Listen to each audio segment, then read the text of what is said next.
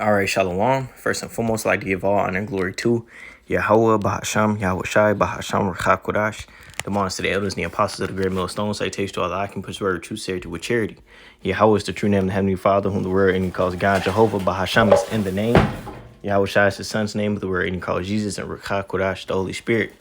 As always, so-called Negroes, Latinos, Native Americans are the Israelites according to the Holy Scriptures, as well as the speckled bird, the scattered Israelite foreigner, scattered amongst other nations, whose outer appearance may seem to be of those nations to whom they've been scattered to, but whose lineage through their father's line go back to Abraham, Isaac, and Jacob. You are Israelites, no matter what your outer appearance may seem to be. And as always, I'm Brother Yadiah from the Great Millstone Branch here in Chicago, and I'm back with another lesson. It's going to be entitled Zechariah, the 8th chapter. And then earlier, I was just doing a little quick read.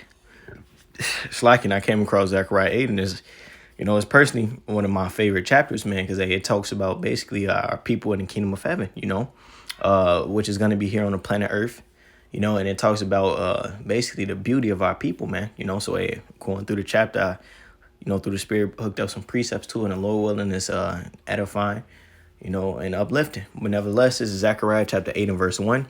It says, "Again, the word of Yahweh of hosts came unto me, saying, Thus saith Yahweh of hosts, I was jealous for Zion with great jealousy, and I was jealous for her with great fury." Verse 3, "Thus saith Yahweh, I am returned unto Zion, and will dwell in the midst of Jerusalem.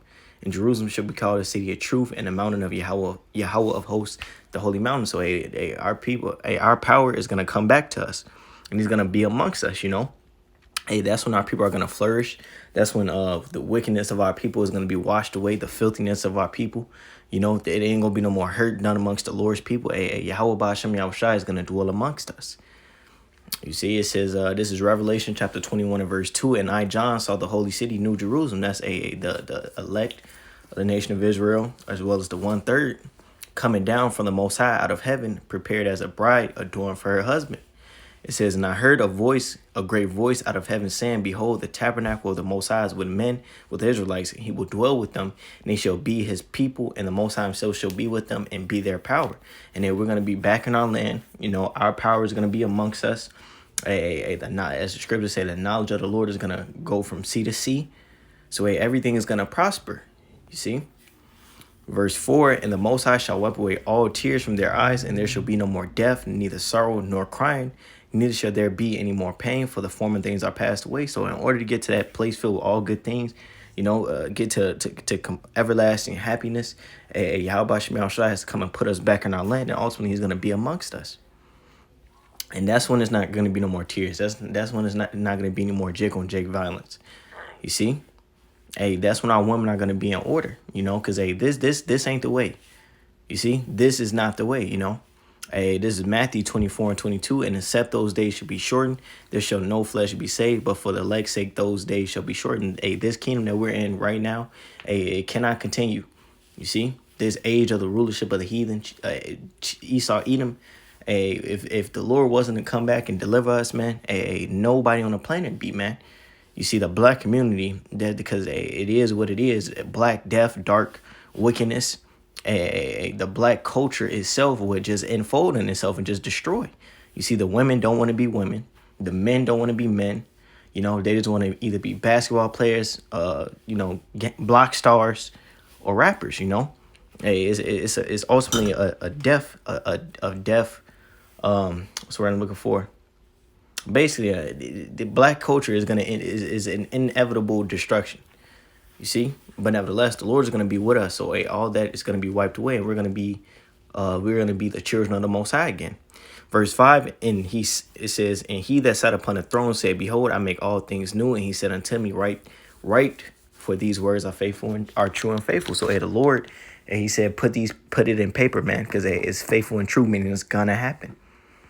See, this is Zechariah chapter 8 and verse 4. "Thus saith Yahweh of hosts, there shall yet old men and old women dwell in the streets of Jerusalem, every man with his staff and his hand for very age." You see, our people are going to be safe. It says in Deuteronomy, "Israel shall dwell alone safely, and none shall make him afraid."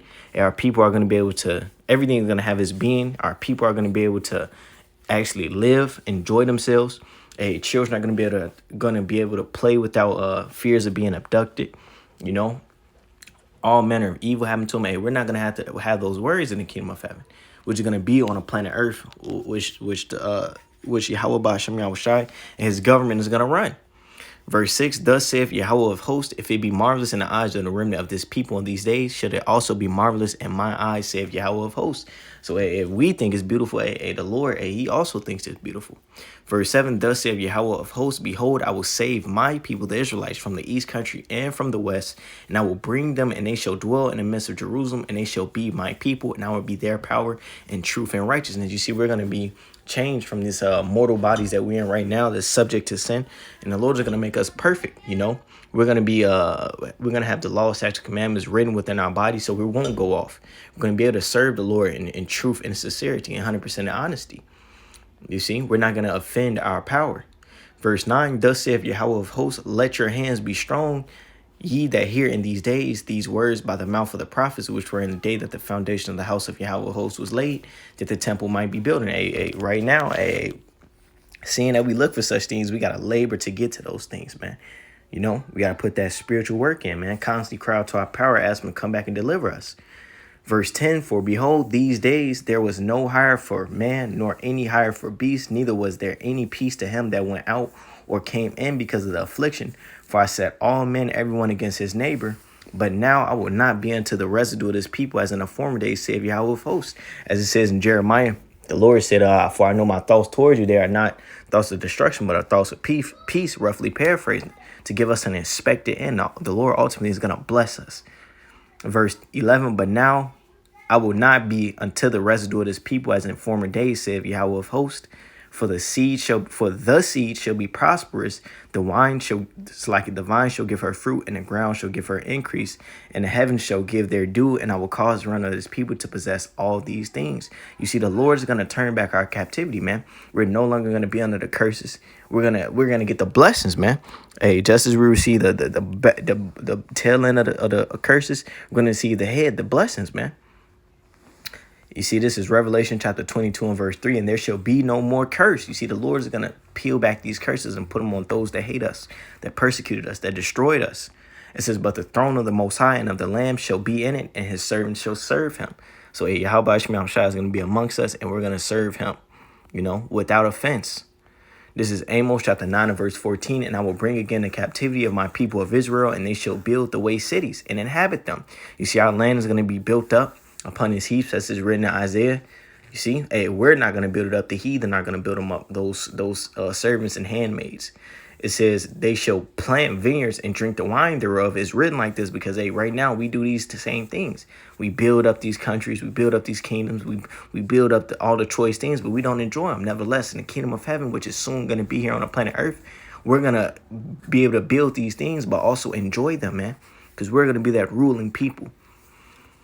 It says, they shall also make gardens and eat the fruit of them, and I will plant them upon their land, and they shall no more be pulled up out of their land, which I have given them, saith Yahweh thy power. You see, we're going to go back to our land. Yahweh Shema Shai is going to bring us to our land, and we're going to dwell alone safely, and we're going to inherit everything. Verse 13, and it shall come to pass, Zechariah 8 and 13, and it shall come to pass that as you were accursed among the heathen, O house of Judah and house of Israel, so will I save you. So the Lord's going to save us. And ye shall be a blessing. Fear not, but let not your hands be strong. But let your hands be strong. It's like you. So the Lord is going to take that reproach, that shame, that's upon us, and take it off us. It says, this is Zephaniah 3 and 19. Behold, at that time I will undo all that afflict thee, and I will save her that halteth. You see, the Lord is going to he's going to plead for his people. He's going to fight against those that have fought against us, man. Because for the longest, we've been trodden under, talked about, reproached, shamed, plastered everywhere as a criminal, thug, thief. The Lord is going to take that off us, and he's going to fight for us. It says, and I will save her that halteth and gather her that was driven out. We've been scattered to the four winds of the earth for a reproach and a curse. The Lord is going to redeem us. He's going to gather his jewels. It says, and I will get them praise and fame in every land where they have been put to shame. And Babylon the Great, which is America, they plastered our face. They defamed us to the whole world, man. You see, the so-called black man go anywhere else. If you ain't famous, you're basically, you're going to be looked at. You're going to be talked about. You're going to be a proverb and reproach. But nevertheless, the Lord's going to take those curses off us, man, and we're going to be an eternal excellency. It says, and I will give them praise and fame in every land where they have been put to shame. Verse 20, at that time will I bring you again, even in the time that I gather you, for I will make you a name and a praise among all the people of the earth. when I turn back your captivity before your eyes, saith Yahweh of hosts. Yahweh of hosts. And all we know is captivity. All we know is slavery. All we know is bottom paying jobs. All we know is being under the thumb of our enemies. But nevertheless, it's going to be that much more marvelous when the Lord and all of a sudden make us the ruling class people, man. This is Isaiah chapter 54 and verse 4. Fear not, for thou shalt not be ashamed, neither be thou confounded, for thou shalt not be put to shame. For thou shalt forget the shame of thy youth, and shalt not remember the reproach of thy widowhood anymore. You see, the Lord isn't going to leave us confounded. We're not going to remember this time that we were away from our power, our widowhood. Verse 5, for thy maker is thine husband, Yahweh of hosts is his name, and thy redeemer, the Holy One of Israel. The power of the whole earth shall he be called. Verse 6, for Yahweh have called thee as a woman forsaken and grieved and speared, and a wife of youth when thou was refused, saith thy power. Verse 7, for a small moment have I forsaken thee, but with great mercies will I gather thee. So, we've been on the bottom. We've been on the bottom. We've been in our widowhood away from our power, and everyone walked over us. But, this was just a little wrath that the Lord hid his face from us. But this was just for a moment. But it says, but with everlasting kindness will I have mercy on thee. The Lord is going to have mercy on us, saith Yahweh thy Redeemer. For this is as the waters of Noah unto me, for I have sworn that the waters of Noah shall no more go over the earth. So have I sworn that I will not be wroth with thee nor rebuke thee. So, just as the Lord promised to never flood the earth again with water, he also promised to not always be angry with us, be upset with us, and have us in this low condition, this hell of ours. It says, verse 10, for the mountains shall depart and the hills be removed, but my kindness shall not depart from thee, neither shall the covenant of my peace be removed, save Yahweh to have mercy on thee. So, the Lord, he reiterates it like, look, this can move, this will move, but nevertheless, my covenant, what I told to you, what I promised your forefathers, I will not give that away. This is Zechariah 8 and verse 14. For thus saith Yahweh of hosts, as I thought to punish you when your fathers provoked me to wrath, saith Yahweh of hosts, and I repented not. So again have I thought in these days to do well unto Jerusalem and to the house of Judah, fear ye not. So just as we receive punishment for what we did, in these days we're looking at salvation, man. Revelation, the 12th chapter says, now has come salvation and the kingdom of our power and his anointing, man. We're in the days in which the prophets of old look for, that we're about to receive that heavenly kingdom, man. It's really amazing. This is Isaiah chapter 54 and verse 11. O thou afflicted, tossed with tempest, and not comforted, behold, I will lay thy stones with fair colors and lay thy foundations with sapphires. Because all we know is poverty, but the Lord is finna enrich us, man. He's finna give us a heavenly, beautiful kingdom. Verse 12, and I will make thy windows, so like it says, with fair colors and lay thy foundations with sapphires, and I will make thy windows of agates and thy gates of carbuncles and all thy borders of pleasant stones. Verse 13, and all thy children shall be taught of Yahweh, Bahasham Yahushai, and great shall be the peace of thy children. You see, all of the Israelites are going to be groomed into the law, statutes, commandments. They're all going to know the Lord. It's not going to be any more sinning or going off or teaching our fellow Israelites, know ye the Lord, because they're going to be programmed. You see, we're going to have that fleshly heart instead of that stony, impenetrable, hard-hearted heart. Verse 14, in righteousness shall thou be established. We're going to be established in righteousness forever. Thou shalt be far from oppression. No heathen is going to be on our necks. For thou shalt not fear, and from terror, for it shall not come near thee. We're going to be protected. This is Isaiah chapter 60 and verse 14. The sons also of them that afflicted thee shall come bending unto thee. As it says in Isaiah the 14th chapter, we're gonna put those in captives, those that, as is written in Isaiah. But the first 4 chapters tell you that we're gonna take servants and handmaids, those that that ruled over us, roughly paraphrasing. Also says that in Jeremiah the 30th chapter, it says, all they that despise thee shall bow themselves down at the soles of thy feet, and they shall call thee the city of Yahweh, the Zion of the Holy One of Israel. All the heathens that have reproached us, called us blacks, looked at us like the scum of the earth, they're gonna come and bow down before us and acknowledge that we are the sons and daughters of the Most High God. The only power, man. Verse 15, whereas thou hast been forsaken and hated, because that's all we know, so that no man went through thee, I will make thee eternal excellency, a joy of many generations. The Lord's going to take that reproach, and that's something I personally look forward to very much. Verse 16, thou shalt also suck the milk of the Gentiles. We're gonna milk the kings of the heathens, and shall suck the breast of kings, and thou shalt know that I, Yahweh, am thy Savior and the Redeemer, the mighty one of Jacob. So that's what we got to look forward to in the very near future as the sons and daughters of Yahweh Ba'ashem Yahushai.